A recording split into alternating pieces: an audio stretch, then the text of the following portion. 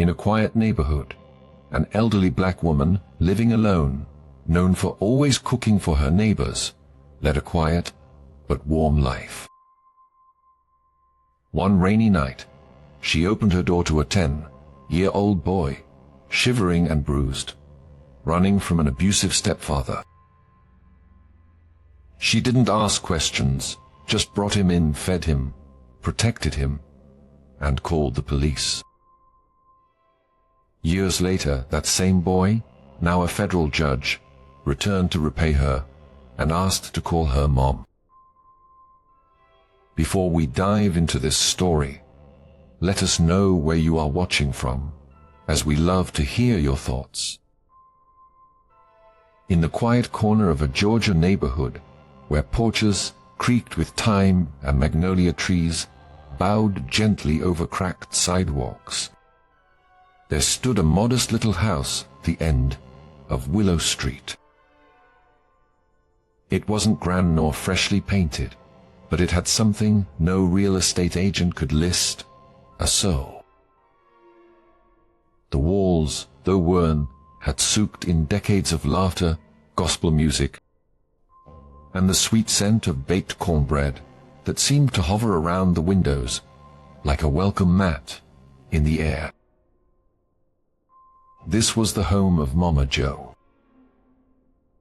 Mama Jo wasn't anyone famous.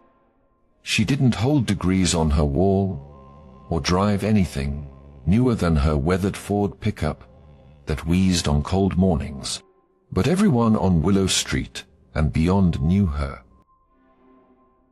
Some called her the porch saint, while others simply called her Mama. She had a way about her, the kind that made you feel like you belonged, even if you were just passing by. Mama Jo was 72 years old, though you'd never hear her say it out loud. Age was something she wore not as a burden, but like an old quilt, faded in places, patched with memory, yet still warm and beautiful.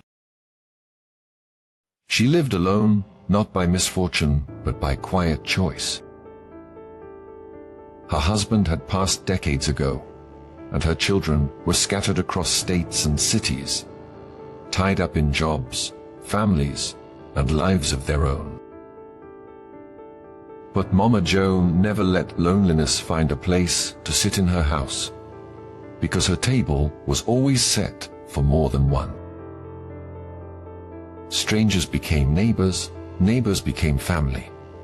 And family, well, she never let go of family, not really.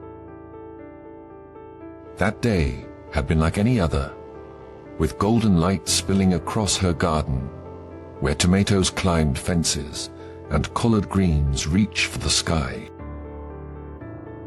She hummed a hymn as she stirred a pot of gumbo, thick and fragrant, every motion of her hand a quiet ritual of love.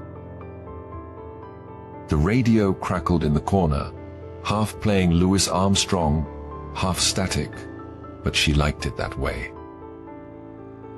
She moved slowly now, as age had taken its share, but her heart beat as young and fierce as it ever did.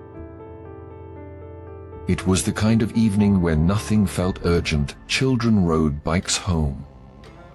Porch lights flickered on like fireflies waking up. And somewhere a dog barked once and then quieted. Mama Jo had just pulled a skillet of cornbread from the oven, its crust a perfect golden brown, when she heard it. The sound was soft, hesitant, barely more than a whisper of a knock. She paused, noticing not many people came by this late. She wiped her hands on her apron, her heart not racing, but aware with the kind of awareness only women like Mama Jo understood. Those who'd seen enough to know that sometimes trouble didn't shout, sometimes it barely breathed. She opened the door, and everything she thought she knew about peace shifted. Standing there was a boy, no more than 10, soaked from the drizzle that had begun to fall. His arms were folded tightly across his chest, shivering not just from cold, but from something deeper. His skin was pale beneath bruises, one eye puffed just slightly, the kind of wound you don't get from tripping on a step. His lips were cracked, his clothes too thin for the evening air.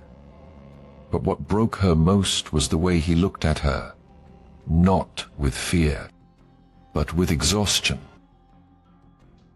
He looked like someone who had run too far for too long and wasn't sure if he'd been running toward hope or away from despair. He didn't say much, just 4 words, "Please don't make me go." And Mama Joe, without hesitation, reached out her hand, not with questions, not with conditions, but with the certainty of someone who knew that love didn't ask for explanation. She took him in, closed the door, and just like that, a new chapter began, not just for the boy, but for the 72-year-old woman who had always believed that the front door was never meant to be a barrier, but a bridge. The door clicked shut behind them with a soft finality, the kind that separates one world from another. Inside Mama Joe's kitchen, the warm amber light seemed to wrap itself around the boy like a shawl.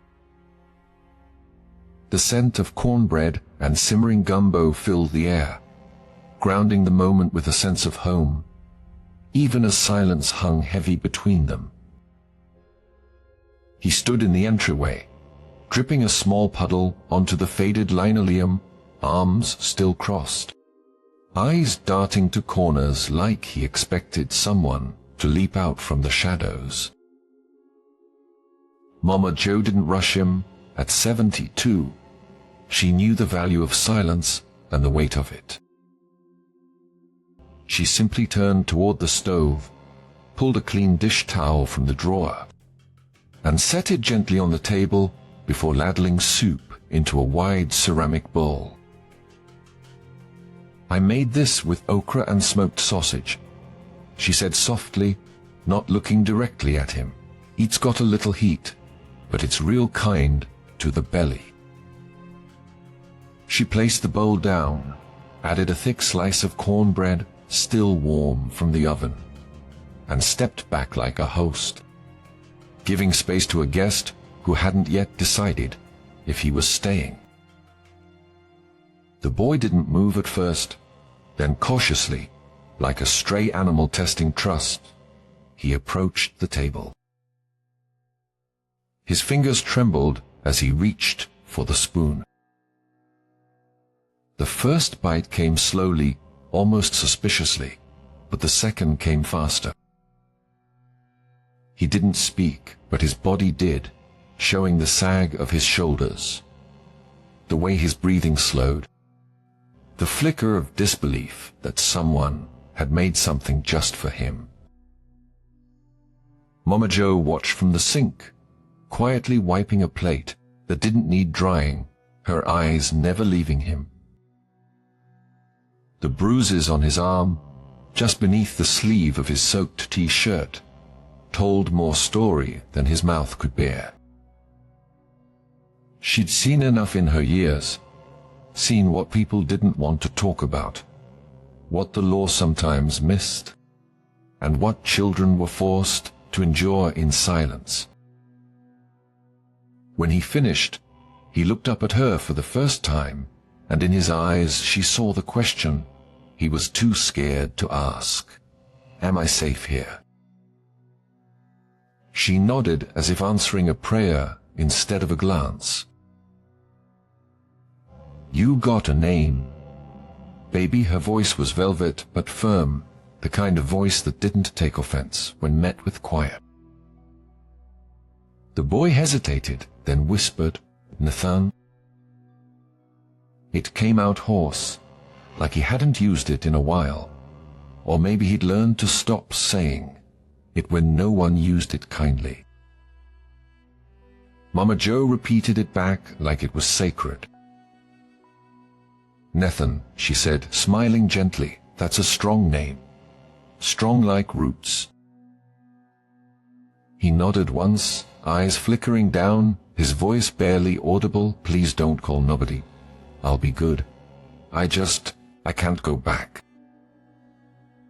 And there it was, the plea beneath the silence, the terror wrapped in obedience. Mama Joe stepped forward slowly, reached into the drawer by the fridge, and pulled out a faded Afghan blanket. She laid it over his shoulders with the kind of care that made him flinch, not because it hurt, but because it didn't. "I ain't sending you back, sugar," she said calmly. "Not tonight, not ever to danger. But I do have to call someone who can help you the right way. You're safe here till then. You hear me?" His lip quivered at that, and for the first time, a tear slipped down his cheek.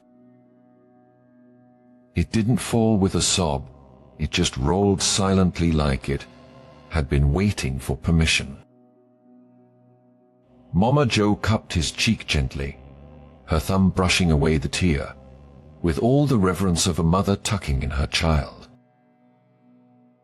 She left him at the table and stepped into the next room, picking up the rotary phone that clicked with each turn of the dial.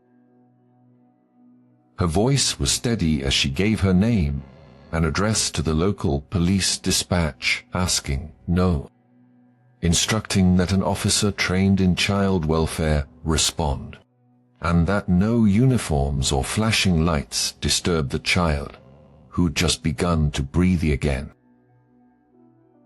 By the time she returned, Nathan was curled on her couch, wrapped in the Afghan, the empty soup bowl resting carefully on the coffee table beside him. He was already dozing, the kind of sleep that only comes after long, hard fear. Mama Joe sat beside him, not saying a word, one hand resting lightly on his shoulder, her presence a silent promise. She knew the system didn't always get it right, but until the morning came, and someone knocked with answers, she would hold the night like a shield around this boy, and make sure, for once in his life, he was not alone. The hours passed quietly, wrapped in the soft ticking of the old wall clock and the occasional groan of wind brushing against the windows. Outside, the rain had slowed to a whisper, the kind that barely kissed the porch steps, but left the air thick with memory. Inside, Mama Joe didn't sleep. She sat in her worn armchair across from the couch, a knitted shawl draped over her shoulders, hands folded in her lap, her eyes never leaving Nathan. There was something sacred about watching over someone who didn't yet know how to ask for protection. She had done it before, fostered, fed, and held too many broken pieces in her lifetime, but this boy had walked in with a silence that shouted, and a stillness that trembled beneath every breath. At dawn, when the light pressed gently through the lace curtains, she finally heard the knock. It was firm, not aggressive, and when she opened the door, it was just as she'd asked. No sirens, no uniforms, no floodlights. A woman stood there, mid-40s maybe, hair pulled back, clipboard in hand, eyes calm but alert. Her name was Mrs. Raymond, a caseworker with the Department of Family and Children's Services. She spoke in low, respectful tones, and Mama Joe appreciated that. Nathan was still asleep on the couch, curled in the blanket like it was a cocoon. They sat in the kitchen just out of earshot, drinking weak coffee and sharing hard truths. Mama Joe described the bruises, the fear in the boy's eyes, the way he flinched at kindness. Mrs. Raymond nodded slowly, taking notes with a mechanical pencil that scratched softly against her clipboard. "He's run before," she murmured, more to herself than anyone else. But this time, someone actually opened the door. When the time came to wake him, Mama Joe did it herself. She sat beside him, laid a hand gently on his shoulder, and whispered his name like a lullaby in reverse. He stirred, eyes blinking open with the panic of someone expecting to be snatched away, but then he saw her, just her, and the fear eased, not gone, but quieter. "Nathan, baby," she said softly, "there's a kind lady here who wants to help. She ain't going to hurt you, but we need to talk about what happens next." He sat up slowly, arms wrapped tight around his knees, not looking at Mrs. Raymond, just at Mama Joe. "Do I have to leave?" The question wasn't said with rebellion, it was quiet, defeated. Like he already knew the answer and was bracing for the H of it. Mama Joe took his small hand in hers, her thumb tracing slow circles across his knuckles. "Not right now, and not to where you came from. That ain't ever happening again. You hear me?" Mrs. Raymond knelt beside them, her tone professional but laced with real warmth.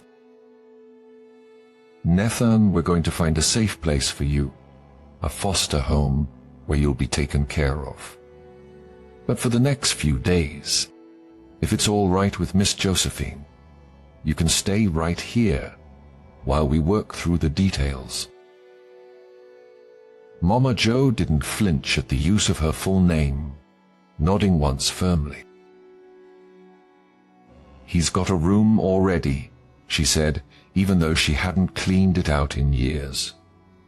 It had once belonged to her nephew, but the bed was still there, and the quilt still fresh, with lavender soap. "And I got groceries enough for a week. Don't need no government check. Just need to know he's not going back to hell."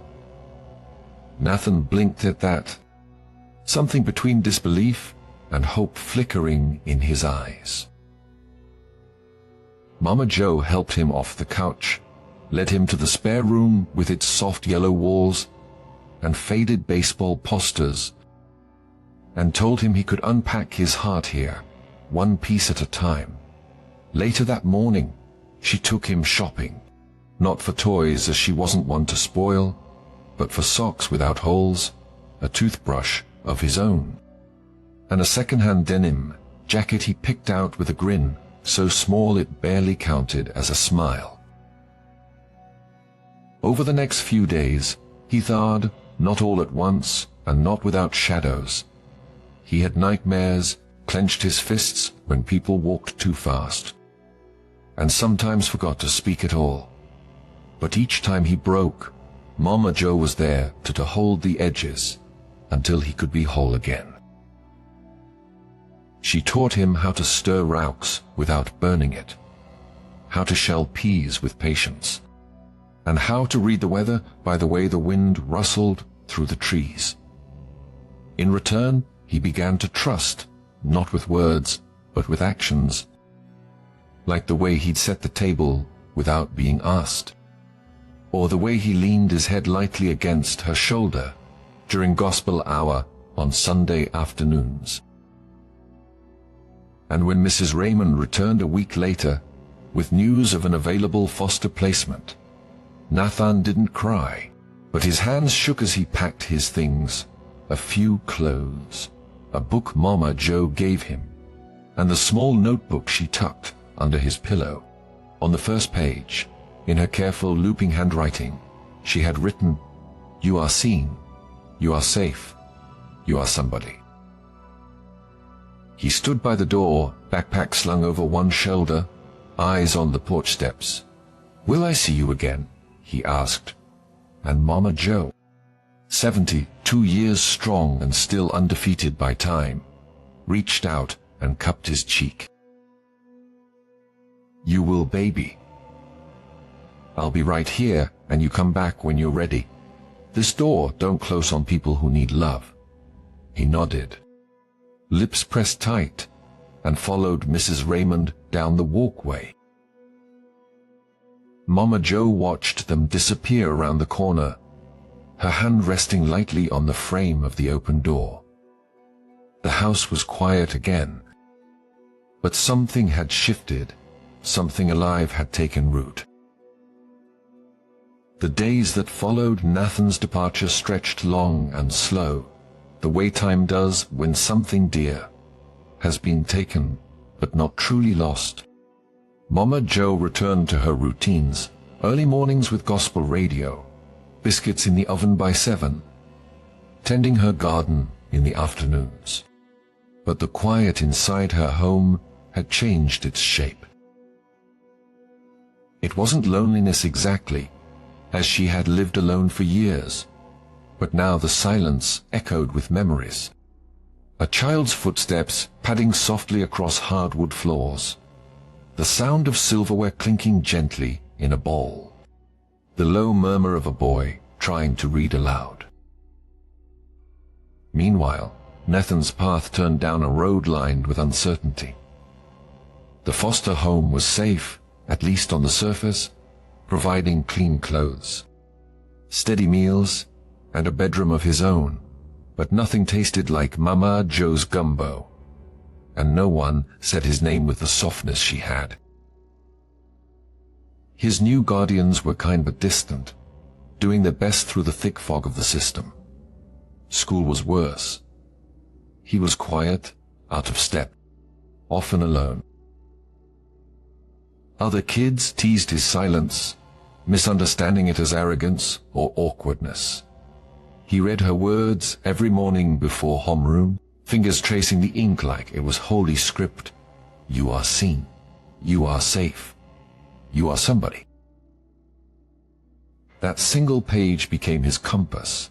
It didn't fix everything, not at first, but it steadied him. In middle school, he joined the debate team, surprising even himself, discovering that words could be armor and logic a kind of sword.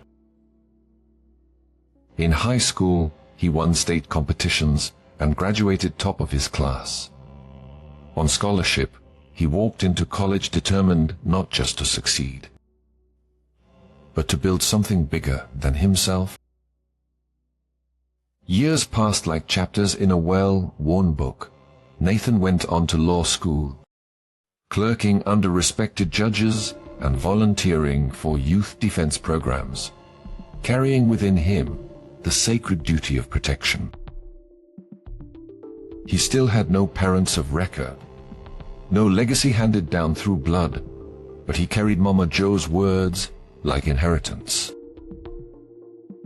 For Mama Joe, life slowed with grace.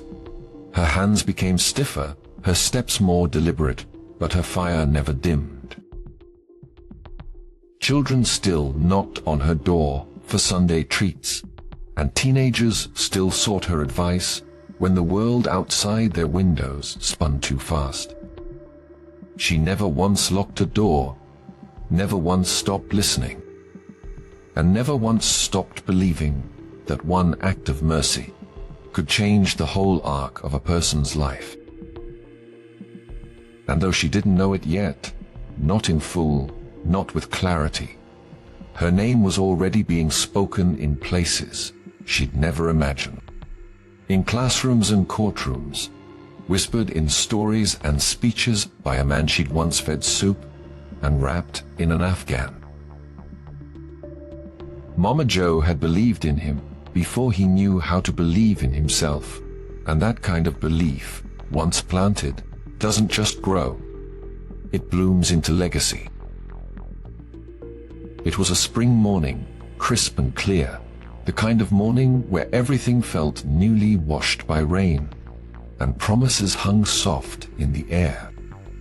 Mama Jo sat at her kitchen table, same place as always, steam rising from her cup of chicory coffee, her hands wrapped gently around the warmth. She moved slower now. Her joints ached more often than not, and her breath sometimes came in little huffs when she climbed the porch steps. But she refused to let age make her small. The world had changed around her. Neighbors moved, kids grew up, stores closed and reopened as something else. That morning she was sorting through a stack of old envelopes.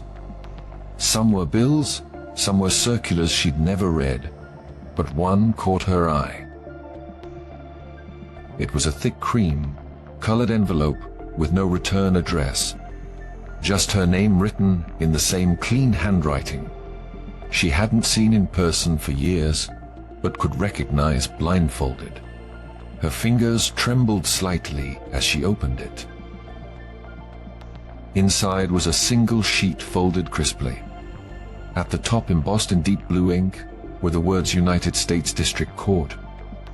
She paused, her breath caught. Below that, a letter, brief but saturated with something heavy and holy, read, "Dearest Mama Jo, tomorrow I am being sworn in as a federal judge. There will be cameras, reporters, speeches. I've been asked to speak about my journey, to tell the story that led me to this bench. I will.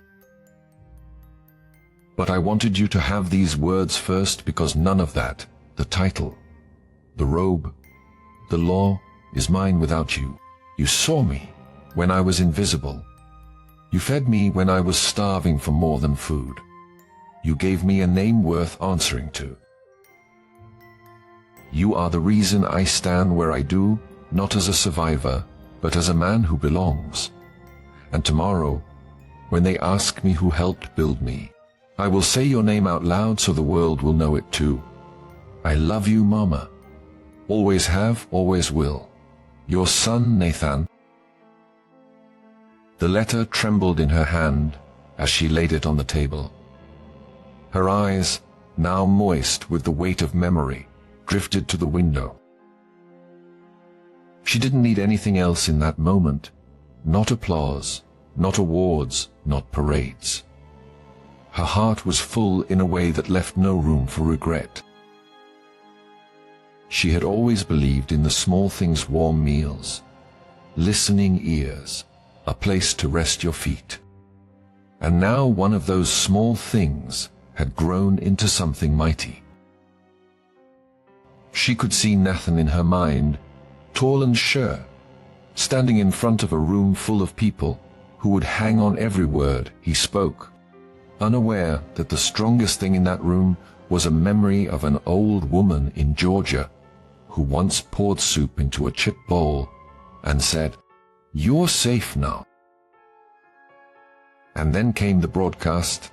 It was aired nationally, streamed online, shared across feeds and headlines. Mama Jo didn't own a computer, but her neighbor's son, Jamal, brought over his laptop and set it up right on her coffee table. "You need to see this, Miss Jo," he said, smiling like he was in on a secret that was about to bloom. She sat upright. Hands clasped as the screen flickered, and a seal appeared, the seal of the United States District Court. Then Nathan appeared, older now, elegant in his black robe, shoulders broad, voice as deep and steady as gospel. His speech began with the usual honors, the expected nods, but then, without pause or shame, he told them about her. He told them about a night long ago when a broken boy knocked on a stranger's door and was met not with suspicion, but with soup and silence and love. He told them her name, Josephine Bellamy, Mama Jo to everyone who knew her. "The woman who didn't save my life once," Nathan went on, his voice unwavering. She saved it every day after by reminding me that I mattered. The camera caught murmurs in the crowd, some people blinking back tears. We speak of justice like it's an institution. But for me, justice began with a 72-year-old woman's hands holding mine steady over a pot of gumbo. She taught me what dignity looked like, what mercy sounded like, and what it meant to belong. Mama Jo said nothing, not even when her name rang out in that marble courtroom.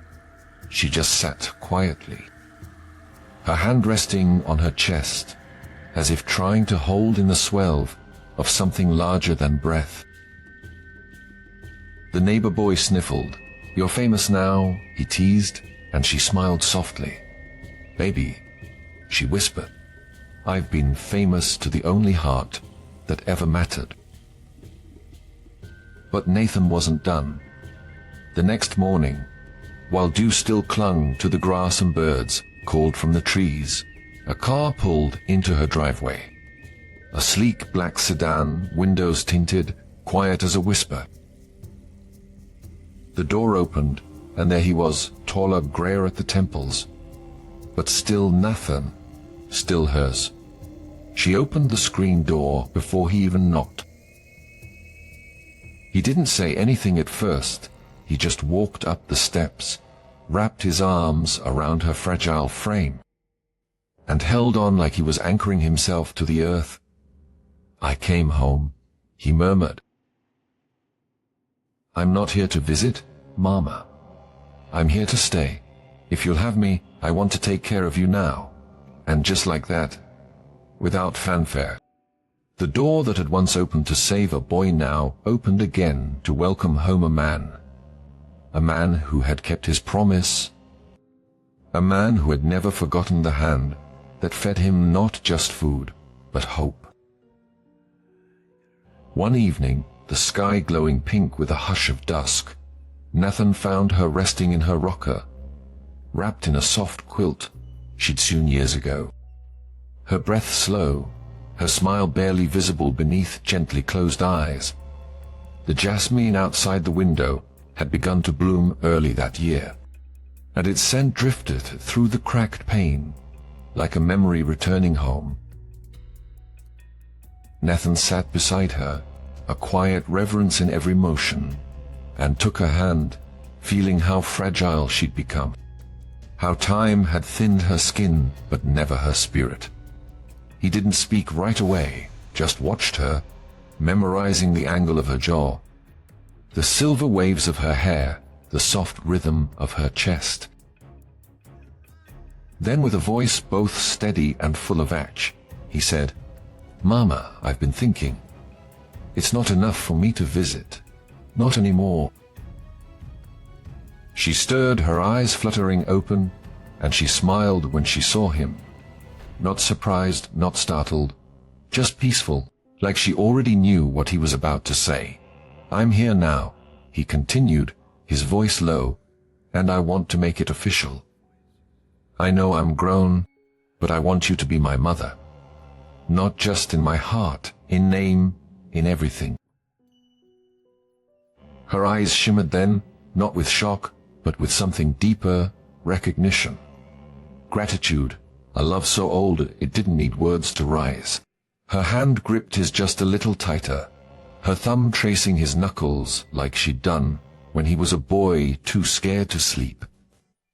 "You always were my son," she whispered, barely louder than the creak of the floorboards.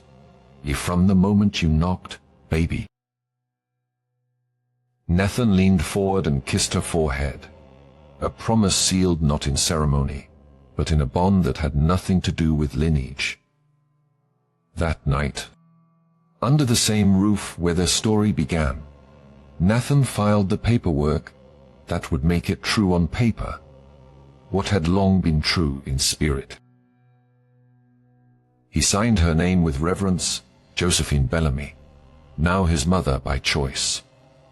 She didn't need the legal title, but he gave it anyway, not to change who she was, but to honor her for all she'd always been, And from that moment forward, he called her Mama with no hesitation. No explanation, just truth. Join us to share meaningful stories by hitting the like and subscribe buttons. Don't forget to turn on the notification bell to start your day with profound lessons and heartfelt empathy.